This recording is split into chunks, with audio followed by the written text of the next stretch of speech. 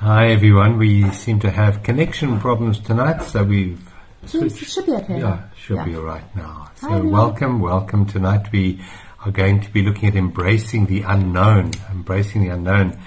And the reason we are looking at that is there are so many people who seem to be between worlds at the moment, between the old secure world and a new world that isn't yet born. Yeah. So we thought we'd look at that because many people are in a stage of uncertainty right now. So welcome. Thank you. There's some joining. Hello Merlene. Hello everyone. Please tell us that you're here so we know who we're chatting to. And tell us where you are watching from. We like to know which part of the world we're reaching. And thank you for the hearts. We love getting the hearts. Hi everyone. We love getting the hearts. And if you have any questions or comments as we proceed with this evening's satsang, please just type them up in the comments box. And if you like what we have to say or share, if you can press the like and the share button, because it really does help increase the reach of the satsang.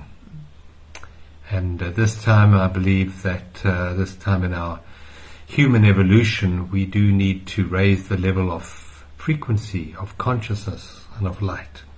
And we do that. We participate in maybe a very small way, but through these satsangs, through centering ourselves with the intention of higher awareness, higher consciousness. Hello Stella from Four Ways in Johannesburg. Hi, who else are we talking to? Good to have you with us. And I saw Claire there. There's Jan. Nice to see you, Jan. From UK. And all those that we haven't said hi to. Yeah, hello to everyone else. We missed a few there. Yeah, I think this is quite a popular theme with unknown. Yeah, the unknown. Because a lot of people are in that state of not being quite sure about where they're going to. Hello, Christine. Hello. Hello. Great. Awesome. You want to do your thing? Yes, let's start this evening by centering ourselves, by bringing ourselves into the only place that's real, the only place that isn't unknown, and that is the present moment. The present moment we know. Here it is, right here, right now. So maybe you want to settle back in your chairs or the floor or wherever you're sitting or lying, and just gently maybe close your eyes, and let's bring our awareness fully into the body. The body is a beautiful portal into the present moment. So you can do this open-eyed if you like, but shutting your eyes is also really great because it enables you to bring your attention inwards into the physical body. Instead of being outward focused, we become inward focused. So settle back, close your eyes, and let's just bring ourselves into a sense of connection with each other. While we all are maybe in different parts of the world, there is a field of what's called non-locality that connects everyone with everyone else. It's a field of the heart. It's a field of love. It's a field of presence. And so we bring our awareness from all other times, all other stories, all other places, and we bring our awareness into the heart center. We intentionally refocus ourselves into the heart space. The heart represents a field of complete connection, of empathy, compassion, caring and love. Let's take a deep breath in now. Very deep breath in, right down to your solar plexus. And as you breathe out, just sink your awareness deeper into your body and into the heart center. Use the power of intention to do that.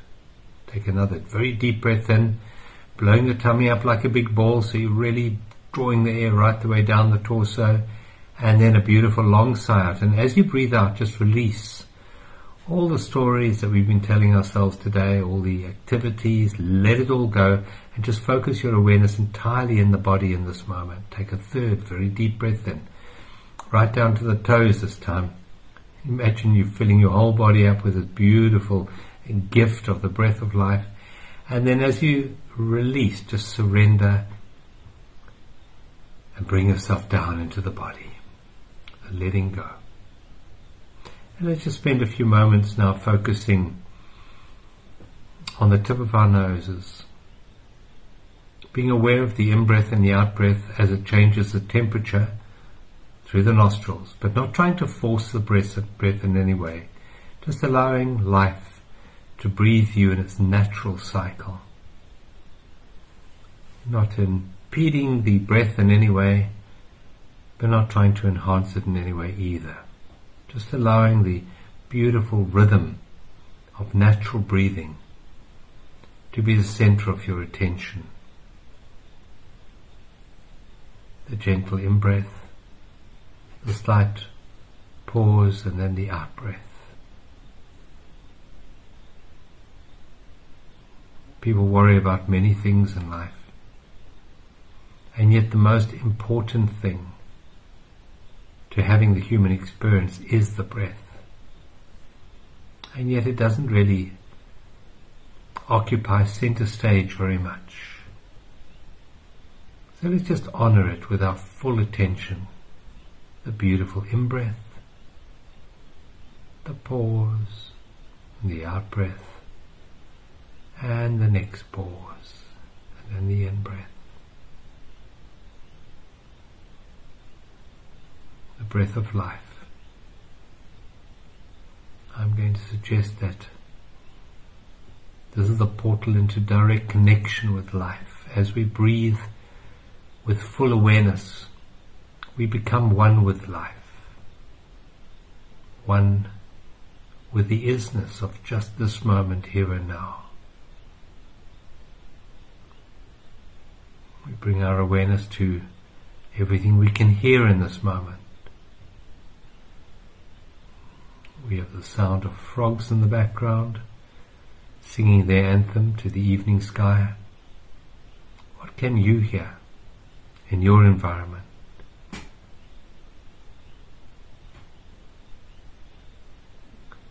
Now just notice the awareness that listens. The awareness is your true essence. The awareness that listens is not dependent upon a name or a gender or an age or a race or a religion. It just is an isness. It's the isness, the true I am, that listens in this moment, here and now. Become aware of where your feet are resting. Become aware of where your hands are resting. Become aware of the temperature of the room on your cheeks. Release any tension in your jaw. See that your tongue is resting in front of the front teeth, just touching the palate of the mouth, the top palate. Release any tension you're holding in your shoulders and bring your awareness back into the breath.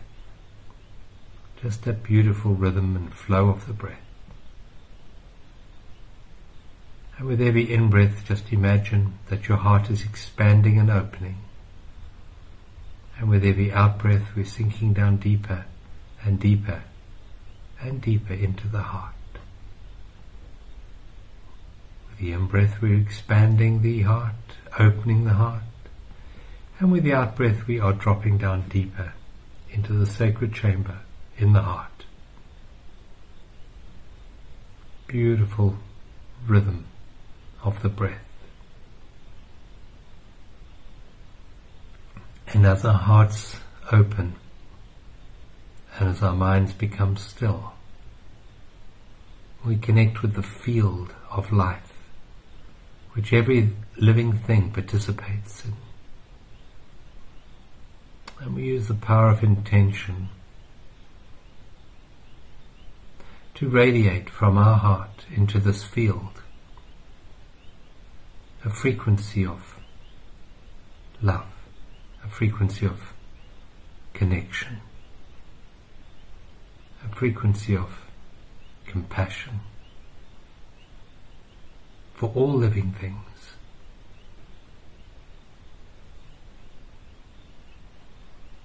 We imagine the earth encircled in a beautiful, beautiful white light, bringing healing, wholeness to all who call this sparkling planet home.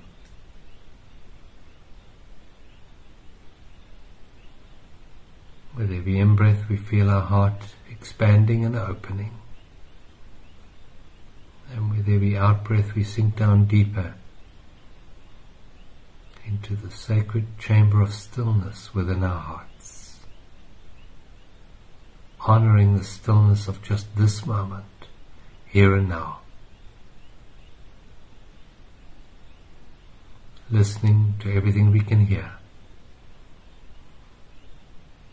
being aware of our feet and our hands, being aware of the temperature of the air in the room on our cheeks, and not needing any other moment, to be quite content with just this moment, here and now. This is a sacred place to be. This is a temple of the present moment. Let's honor it with our full attention.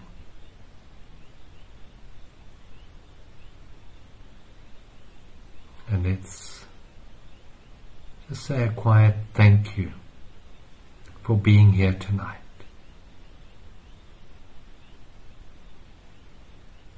Thank you for the soul guidance that brings you onto this path of awareness, of awakening, the path of love.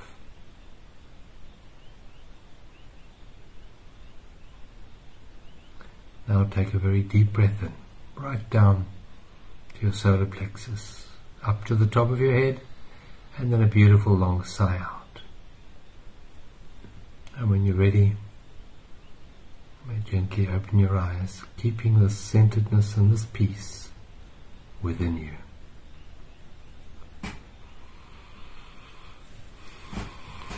Thank you.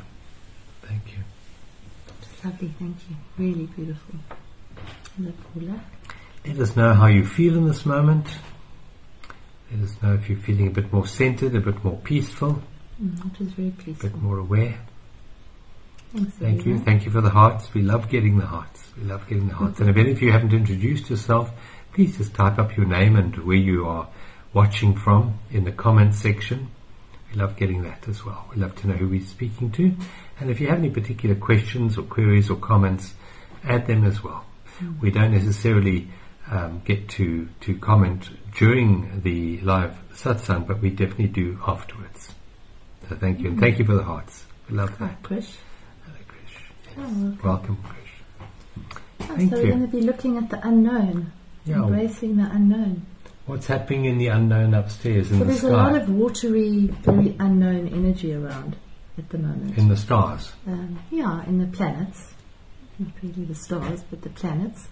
So we've still got a lot of energy in Scorpio, which is the planet of transformation, the sign of transformation.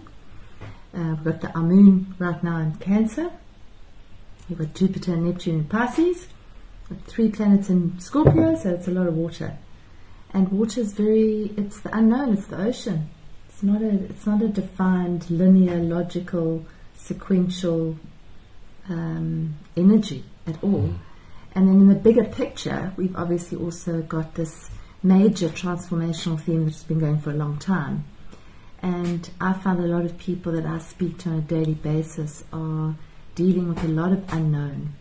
Many people are leaving one situation and going into something else, and they're not quite sure what they're doing or when they're going or how it's going to play out. Or spoken to a couple of people who have retired or are retiring and they're not sure what they're stepping into, or they're moving out of a house or moving out of a city, or they're moving out of a relationship, and there's this unknown place like the place in between worlds, where everything is uncertain. And we just wanted to talk about that, because when you're in that place, you can resist it, or you can go with it. And it's hard to embrace the unknown, because the mind, that tool that has been running our life for quite a long time now, loves certainty. There's nothing more than certainty that makes the brain feel all right. And yet that certainty is being removed from so many lives right now. If that resonates with you and in your life, just drop us a comment there. And because we've heard from so many people that the old world is just very unstable for them at the moment. And yet there's nothing born that they can grasp onto at this stage. People are, between careers at the moment. In fact, what they have been doing is losing its meaning now. It's becoming a bit meaningless. And so people are looking to find new meaning in their lives, because what used to motivate them no longer motivates them. So that resonates with you, just let us know. And I think as we awaken, as we transform, as we shift into higher levels of consciousness, as we raise our vibration, whatever it is, we see or feel that the old doesn't quite fit anymore very often. I mean, I was driving today and I listened to a CD that I had in my car, and I started listening to it, and I just couldn't listen to it. It was just music. It was a music CD, but it is something that I really enjoyed. It was an artist that I used to enjoy, and I hadn't listened to her for years, and it was jarring rather than enjoyable, and it was so much so that I actually turned it off. And so I think that's what's happening, is that the tastes that we used to have of music, of places, of food, people, very often, because you're actually changing your alignment, you're changing your energy level. Not that it's better than it was, or higher, or anything. It's not a judgment. It's just different, and now it's not vibrating at the same level as it was, and it's that in-between place. So you're not really sure what you like now, because you're in between. And the process of transformation is that place where we are dissolving out of the old. We're dying to the old. I mean, last week we spoke about death. I think it was last week, wasn't it? It was. Yeah. So the dying of the old, and then being in that place before something new is born. That new hasn't been born yet, necessarily. So we're still in that dissolving state. As you said earlier, the in-between world, the in-between worlds. In other words, we don't even have the right language to communicate in terms of the new. You might find that your circle of friends and associates are changing right now, and that you're making possibly new connections with people maybe who are on a different frequency of vibration compared to the old relationships that you used to have. So this is all the in-between stage. I remember having a dream many years ago about going down a river and then coming into a cavern, and in the cavern there were a whole lot of people floating, and each one had a different there were different t-shirts, but the people with similar symbols seemed to be grouping together in their new tribe, I suppose one would see it as that, and yet they hadn't awakened fully enough to go out into the world. They were still confined in this sort of cavern space. And that's the place that many people are finding themselves in at the moment. It has a lot of uncertainty in, but there's also a greater sense of deeper meaning. They haven't, maybe the meaning on the outer level isn't really being so fulfilled at the moment, but there's a deeper soul essence coming through in these new connections that people are having right now. And that is why a lot of careers are changing as well, because what used to motivate people, which generally was money before, is just not motivating people to the same extent anymore. And people are looking for deeper meaning in how they express themselves in the work arena. Yeah, and I think a lot of people are, the world has always sort of been, it's commended people for being certain. So, what's your 5-year plan? What are you going to do after this? And people will ask you that and then feel secure when you give them an answer. And you say, well, this is what I'm going to do. So somebody I spoke to the other day is retiring, and people keep on asking her what she's going to do now, what her next thing is going to be. And she's saying, I have no idea. I don't know. I don't really want to know. I'm stepping into something new. But other people feel uncomfortable with that because they are so connected and so defined by the next thing and the next thing and the next thing, and having structure and having a goal and very defined steps. And what I'm finding with most of my clients and the people that we speak to is that those steps that used to be there simply aren't there for many people. So if you have seen yourself as someone who's always had those steps and always had a bright shining light at the end of the tunnel, suddenly it doesn't feel so clear anymore for a lot of people. You still have people that have got very clear goals, but it seems to be different because for me we've been called upon to nurture other abilities and the ability to find our way through the changes, to find our way in a different way, to allow the unknown, to allow what needs to be next to be revealed, which means that we actually have to get out of the way. Because if we've got our hands too firmly on the steering wheel and we're headed without any doubt, very directly to a certain goal, we might miss the actual signals and signs that are coming to us, which are trying to lead us somewhere. So it's a fine line. You've got to still show up and you've got to be there and you've got to be aligned, but not hold on too tight to what's next. To actually hold it lightly. This is what's next. This step that I'm taking is next. And then after that there'll be another step and I'll take that next.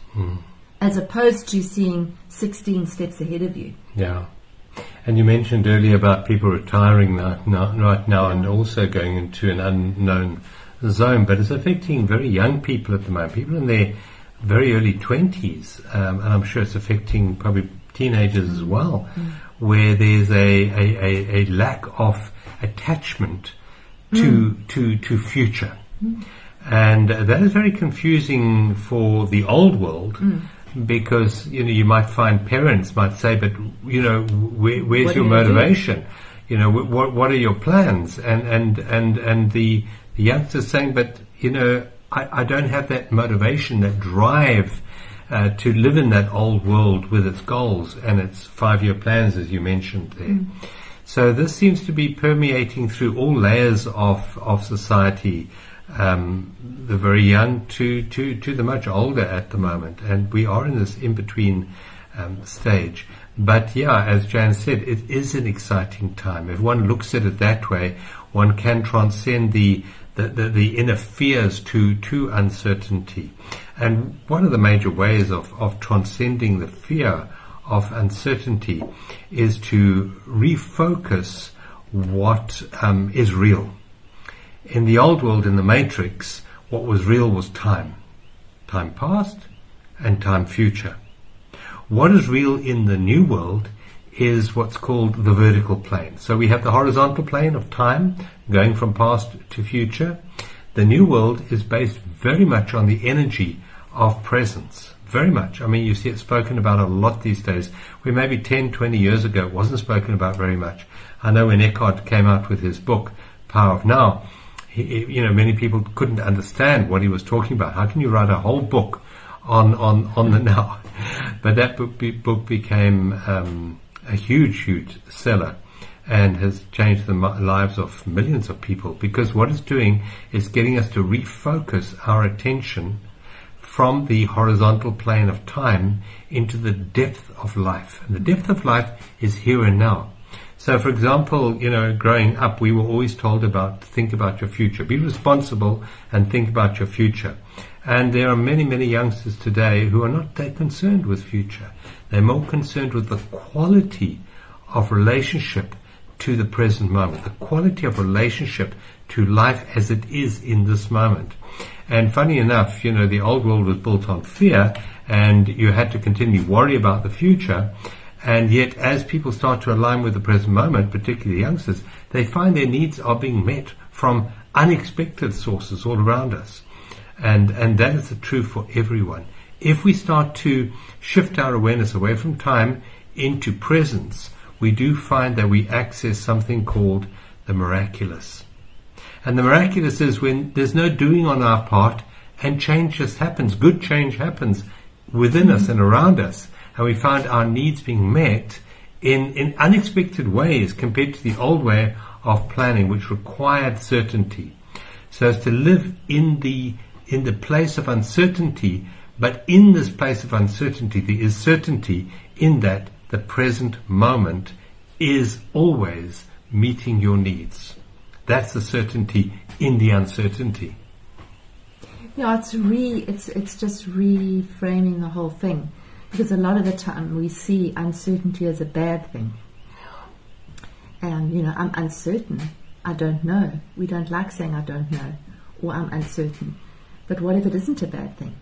Because if you really think about it, how many things in your life have you planned and they haven't happened?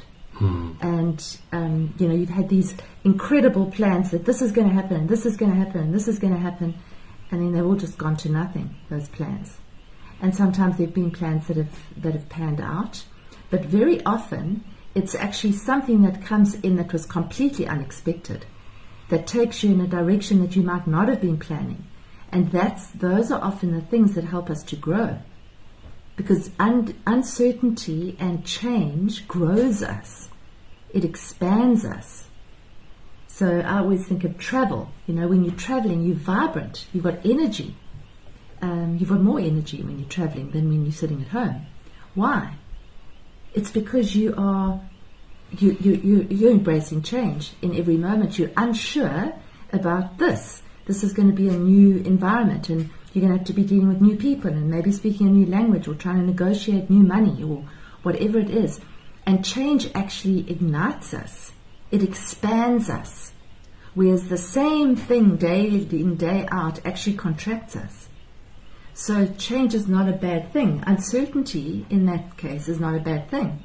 Uncertainty is actually expanding us and growing us. So to see it as, this is an opportunity for growth. I'm not sure where I'm going to be. And that's fine. If I don't know where I'm going to be, then I shouldn't know where I'm going to be, because I don't. Because if I was supposed to know, then I'd know. But we fight it and we resist it. I should know. Why don't I know? Why haven't I got the answer? Why haven't I got the clarity? Well, you haven't got the clarity. It's not because you're not supposed to have the clarity. The clarity will come when the clarity needs to come. And it's for me, it's living. That helps to live without the resistance, and the fear and the nervousness that I'm not doing the right thing. Yeah. What if I make a mistake? Yeah. What is a mistake anyway? Yeah. Well, the old world was built on trusting time, trusting the future to meet your needs. And the new world is being built on the trust of life itself. And life is only ever in the present moment. I know we think about our life as a story, let me tell you about my life. And what we do, we tell people about a story. That isn't life. Life is only ever now. We're only ever alive now. Life is only ever here now. And so to trust life is to trust the present moment, to trust this infinite intelligence that beats our heart and digests our food, which is always here in the present moment, always meeting our needs in the present moment. So instead of trusting time, we start to trust a different dimension of reality called the present moment. And yes, there's no certainty there for the mind, and it's scary for the mind, but when you sink into this, you find the depth of being, the depth of life. And there's a serenity in this surrenderedness to the present moment that's unavailable to us if we live in time. All stress is caused by being here, but thinking you ought to be over there. That's where stress comes from. And as you start to live in the present moment, stress becomes something impossible to experience. Worry becomes impossible to experience anymore when you're living in the present moment, because worry and stress are all time-based. But when you're in the present, there isn't anything to worry about. There never is anything to worry about. And it's all about letting go of expectations that the present moment should be anything other than what it is. It's to embrace the isness of life rather than wrapping our whole sense of reality around a story of life. Life is not about a story. It's about the direct experiencing of the present moment. Yes, you can still make plans in time, but you don't look for those plans to give you anything more valuable than the present moment. The present moment is the most valuable thing. Presence is the most valuable thing. And just one point I want to just make here is that the mind will confuse the present moment for what is occurring in the present moment. So the present moment is in fact a space. It's an emptiness into which situations, circumstances, events, people come through. But that's not the present moment. So the present moment that I'm talking about is this holding space called life, into which all form comes and all forms go. We spoke about death last week, and that is when the forms leave the present moment. But the present moment is still the present moment. It isn't born and it doesn't die. It's the holding space. So when we talk about trusting the present moment, we're not talking about trusting the things that are occurring in the present moment not to change. Not at all, because they are changing, they will always change. That's a certainty, is that everything is changing. And that's a certainty. But the no-thingness of presence itself is not a thing. It's a no-thingness. Never changes.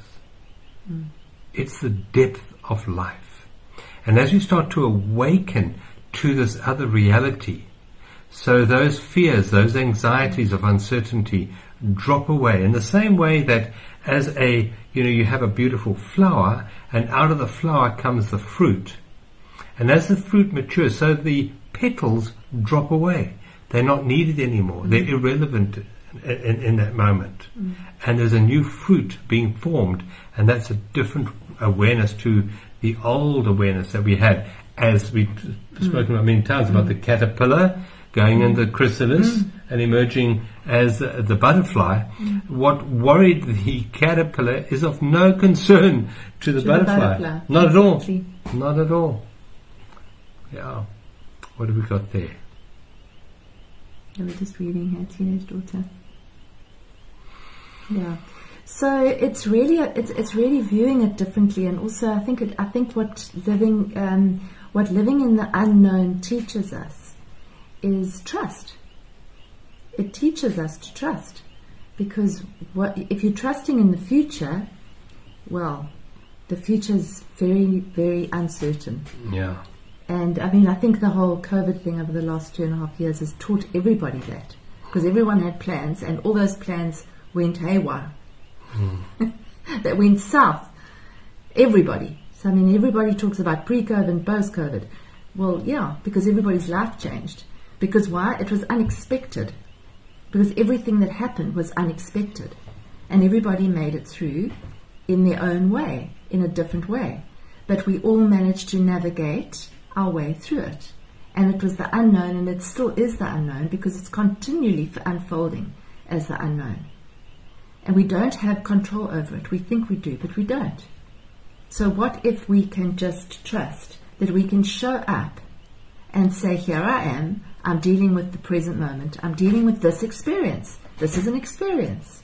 Where's it going to go? I don't know. But this is my experience now. Yeah. This is what I'm doing today, because this is what's presenting itself to me today. This is what's presenting itself to me in this moment. So this is the most important thing in my life. Right now. Right now, the most important thing I could be doing is what I'm doing right now. The most important thing you could be doing is what you're doing right now, because you're doing it. And then you might get up and make yourself a cup of tea. Then that's the most important thing that you could be doing. And that's what we're talking about. That's what John's talking about with the present, is to actually fully embrace this moment. Because then this moment evolves into the next moment, and the next moment, and the next moment. And it attracts different experiences into that space. Yeah, well, the space is just there. It's inert. It just sits there. Yeah. We are the space. Yeah. The I am, the being that we are, is the space. And into that comes situations and circumstances, events, form flows through this beautiful space. But one thing we are creating in every single moment, and that we are entirely responsible for, is how we experience. In other words, the quality of our awareness in each and every moment is our creation. Totally, yeah. And what is the quality of your experience in this moment is the only question we never need to ask ourselves. Are we in a state of resistance, of anger, maybe resentment or guilt? Anxiety. Is that what we're bringing into this moment here?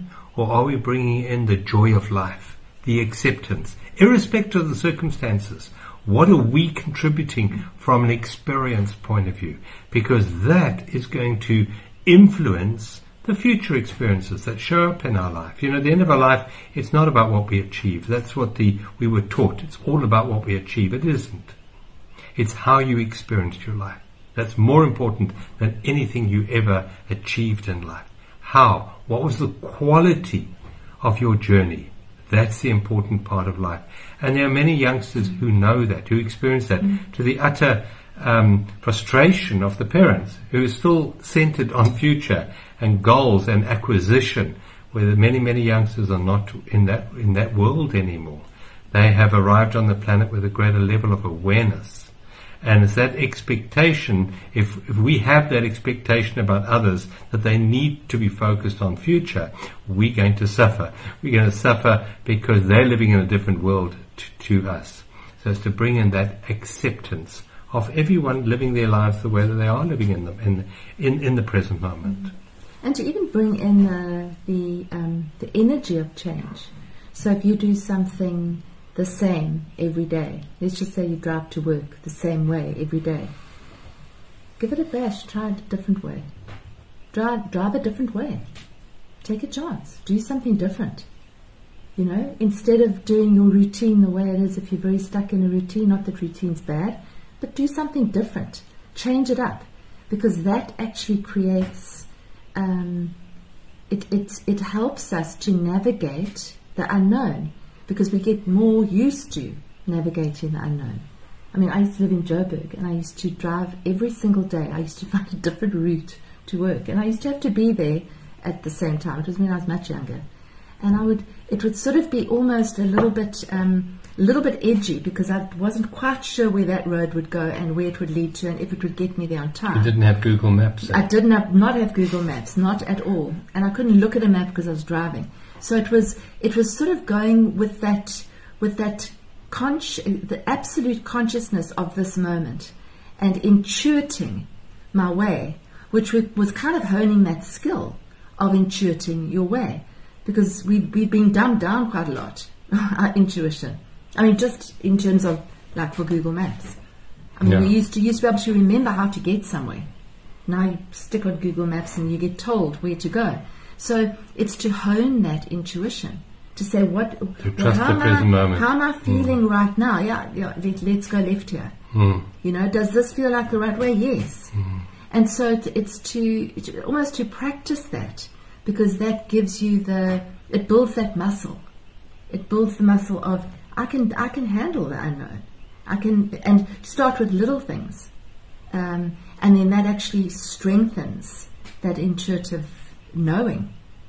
I know that I need to do that, and I know that that's not okay, because that's all we've ever really got. We can have things calling to us and telling us that this is the way to go, but really the only thing we've got is this. This is what my gut's telling me, or this is what my heart is saying. This is what I'm going to do, irrespective of whether other people agree. That's the other thing. It's how does it feel for me in this moment? So I believe that's how we can actually navigate our way with a little bit more, not confidence, but maybe a bit more confidently. Into the unknown. It is. And it's to know that there is a greater intelligence guiding the whole process. This intelligence is called life. We can call it life, we can give it a few other names. And the intention, I think, for the universe at the moment is to go through a process of transformation. This transformation is not only happening on planet Earth, it's happening throughout the cosmos. And cosmos means order. So in this transformation, there is order taking place. And if you look at that, if we were living in a very time of certainty, of future, in other words, if everything, all our plans were working out the way that we thought that they should, there would be no incentive to wake up. There would be no incentive to say there has to be a better way to live my life. The stress is killing me. So this uncertainty is very necessary as a process of our own awakening. Yeah. So it's to embrace the uncertainty with the knowledge that this is perfect. Not wrong, not wrong at all. It is perfect. The intelligence of life is giving us this gift of uncertainty so that we can find a better way of living our lives, a better way of being on planet Earth, a better way of connecting, of communing. As Michelle said, part of this process is to relearn the intelligence and how to connect with the intelligence we call intuition. That's part of it. And to trust this inner knowing rather than the external projection that the mind has done in the past. You know, the old joke is, if you want to make God laugh, tell him your plans. Yeah. I mean, there is nothing. I had a thought there, but keep going, because it's gone. It went into the mists of the unknown. So it's, as Michelle said much earlier on, that, you know, what creates the stress in our lives is the thought that something is wrong. Yeah. And so if we look at our lives and the uncertainty in our lives, the uncertainty on the stock market or the uncertainty of money itself, I see they're talking about this whole new digital currency that's coming out, controlled through the central banks. More control. It doesn't sound good from my mind's point of view. But as we start to change our mind about this being also wrong, and we start to see this as very necessary part of the awakening process, then we will let go of that anxiety and that fear, and we'll start to live more in the flow of life rather than trying to paddle our boats up against the stream. Rather go with the flow of life. And it's important to realize that the most important energy you can work with right now is not the energy of the mind, but it's the energy of the heart. Yeah. And what is the heart? The heart is about connection, it's about trust, it's about life. It's about community, it's about empathy, it's about compassion. To come back to those values rather than the mind, which was all about manipulation and strategy and getting your individual needs met. So it's a shift in values that are required right now as much as anything else. Yeah, and it's really, what I was going to say is it's focused on the process as opposed to the outcome. So if you focus on the process, then you focus on the experience. And you're not worrying so much about the outcome because it isn't about the outcome. We've been trained from day one to believe that it's about the outcome. Why are you doing this? What's the outcome? Why are you painting this picture? Why are you doing this job? Where do you want to get to? And in that process, we miss the process. We miss the actual experience of life. So we're missing life because we're so focused over there that we're actually missing this. We're focusing on the next thing, so we're missing this thing. So it's just to shift the focus from there to here, and to be led from this place. And so that's where the heart leads you. And to practice that, to practice tuning in all the time. What's my sense here in terms of direction? I'm not sure, but let's go for a walk over there and let's talk about that and let's investigate that and let's explore that. So as opposed to being certain, it's to be curious. Be curious. See if you can, I want to go and have a look over there and see what comes up. And for me, in my experience, when I'm able to do that, everything expands, and suddenly there are answers there that weren't there when you were sitting there trying to figure it out and get an answer. you're then in the flow, and suddenly the answers start to reveal themselves in quite a subtle way. So you've got to be quite quiet to hear that subtlety, because it's not mind. It's not loud voices. It's not written in neon lights. It's a subtle knowingness, or a subtle one little idea that might lead to something else. So it's really trusting that process and engaging consciously in that process. Consciously showing up to saying, yeah, I'm going to engage with this. I'm going to be curious. So my life is not sure at the moment. So what's my curiosity drawing me to next? I'm curious about that. I'm going to go and look at that. And then there's an incredibly magical process that happens when we're able to actually greet the world with curiosity. Because it's an expansion. It's to give up the need to know. Give up the need to know. One of the most powerful affirmations at the moment is, I give up my need to know. And I am at peace. And I am at peace. I give up my need to know. And I am at peace. And someone commented there, how do we open our hearts? Well, the only thing that ever closes our hearts is a 4-letter word called fear. F-E-A-R. And that is false evidence appearing real. That is, I am a very vulnerable thingness in a sea of uncertainty. And I need to build walls around myself, close myself down to protect myself. Now, all that does is create dam walls against life. And the dam walls break, and everything is swept away. So the opposite of fear is love, although love has no opposite. But the cure-all for fear is love. And what is love? But love is to accept, to allow, and to appreciate what is unfolding in the present moment. That's how we open our hearts. It's not a future thing to open your heart. It's a present moment, direct experience of acceptance, of allowing, and of appreciating just this moment. And one of the big keys for opening the heart, the very practical exercise, is to see the beauty in this moment. Because the moment you see the beauty, your heart opens. You cannot see beauty with a closed heart. You know, you look at your face in the mirror and you can't see beauty because you're looking through a very fear-restricted perception. But the moment you look in the mirror and you start to see the beauty that's there, because it's there in every moment, in everything that's existed. It's here and now. When you start to see the beauty, it's there. When you see it, your heart opens. So just that one little practice of seeing beauty in each and every moment is enough to start to open your heart. And yes, the mind has been in control for a long time, and so certain people really battle to see beauty. But practice it. Practice it. Practice it. The more you focus on that intention, you will find it'll get easier and easier and easier, and your heart will open. And as your heart opens, so the intelligence called life is more freer to guide you on your life path. And the obstacles that were then insurmountable in the past become little molehills in the present moment.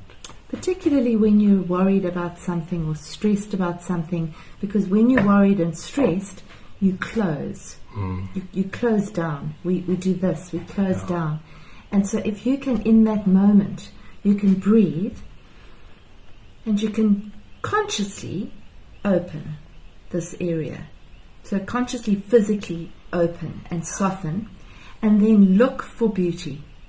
Go outside, look at a plant, look at a pot plant, look at anything that actually gives you that sense of beauty, which you can stop and admire something that is absolutely beautiful, because there's always something. Even in a concrete city, you will find something that is beautiful. As John said, that immediately brings you into now, and it opens you. So practice it.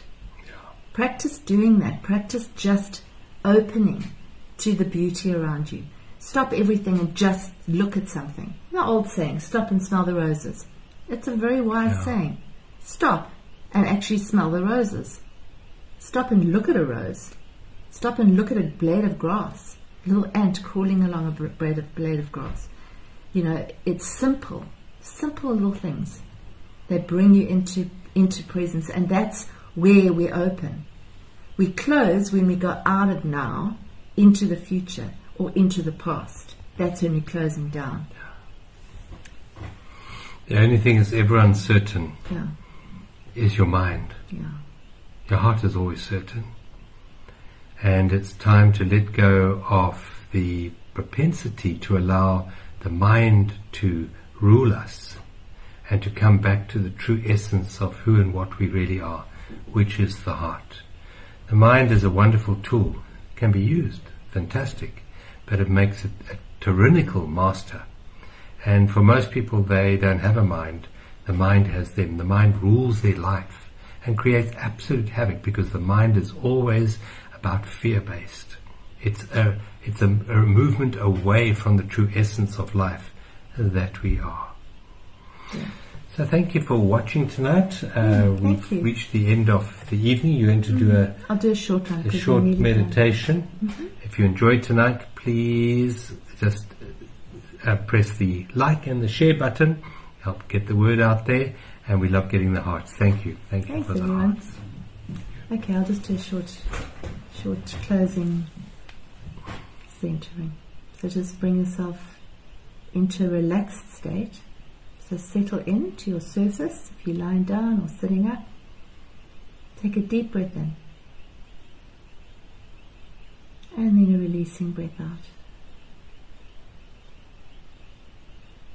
And then take another deep belly breath in. So as you breathe in, expand your belly out and bring that breath all the way up to the top of your chest. Pause for a second and then sigh all that breath out. Let it all out. Let it all go. And then the third breath in, beautiful belly breath in, all the way up to your chest.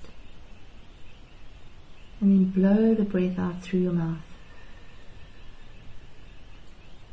And as you exhale, just relax your body. Allow your jaw to unclench. Allow your shoulders to drop. Allow your hands to rest gently wherever they are.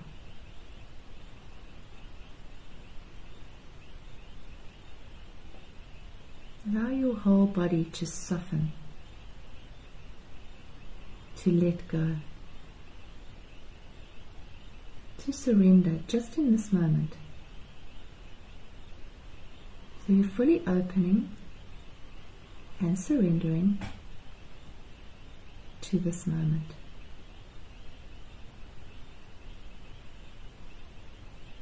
And on each exhale, you're surrendering a little bit more.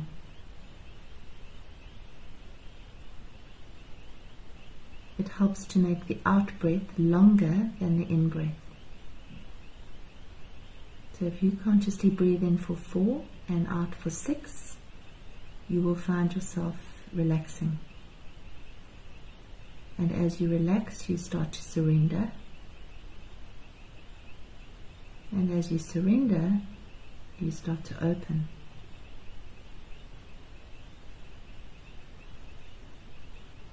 So feeling your body relaxing,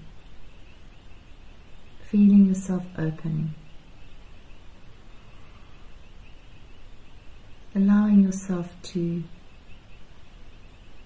be here now.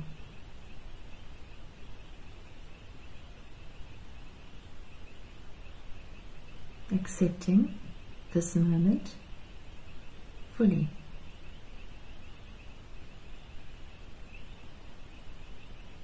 Allowing this moment to be exactly as it is.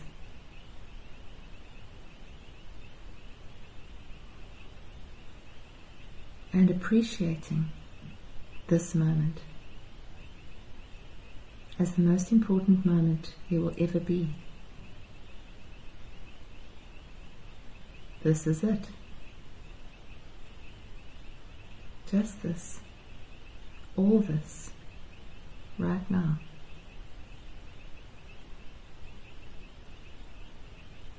So as you sit here,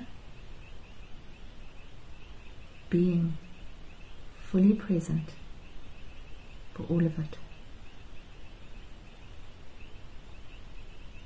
being the space for everything to unfold from this place.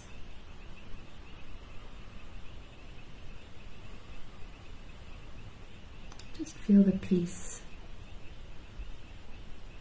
underneath the noise of all the busyness. There is a beautiful river of peace.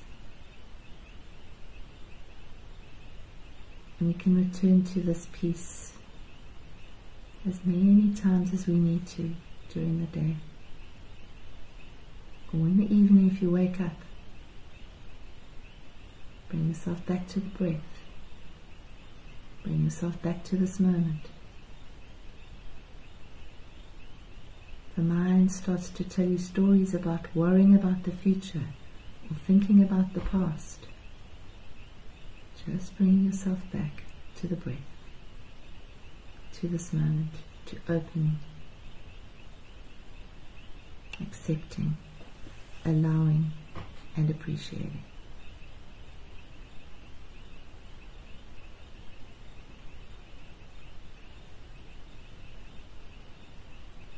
Now take a deep breath in and out. Staying in this peaceful place. Open your eyes if you feel like it. Thank you, that was beautiful. We've got an affirmation for you for the week ahead. All these cards.